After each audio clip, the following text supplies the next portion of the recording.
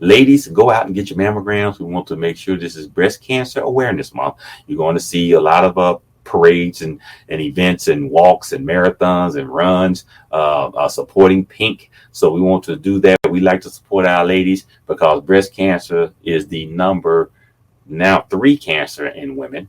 The number 1 cancer in men and women is lung cancer, regardless of whether you have a history of smoking or not. That is how bad cancer has become for us. So women, if you have not had your mammogram, if you're over age 40, or if you have a family member, a sister, an aunt, your mother, your grandmother, then no matter what your age is, you need to be screened. You just need to make sure that you make your insurer aware of that. And but even so, a lot of hospitals will offer mammograms for as little as $99.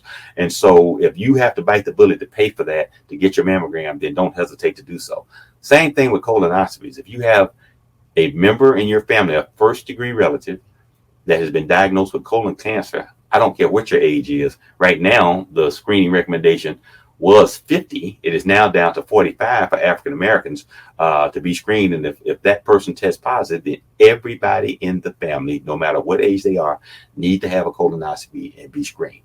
But for the breast cancer, the great thing about breast cancer mammograms are the mammograms are now so high tech. They are 3D. They are in color.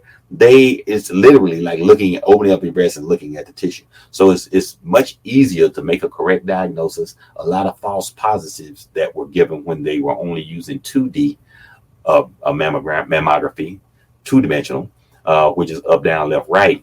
And then they see things and they weren't sure it was anatomy or not. They would always say, well, need to get a confirmatory ultrasound. I need to get even now MRIs. So with this 3D breast technology, it is just really incredible the amount of detail and things they can see, and lesions that would have been missed previously that are only a few millimeters in size can now be adequately diagnosed. And then if necessary, a needle guided biopsy using the 3D technology or an ultrasound to make a correct diagnosis if a woman has a benign lesion, which is good. This watchful waiting, I tell women, I say, don't just get a biopsy, just get the lesion removed. That way you don't have to worry about it, because the biopsy can miss the lesion. The biopsy can be negative today and then convert to positive over time.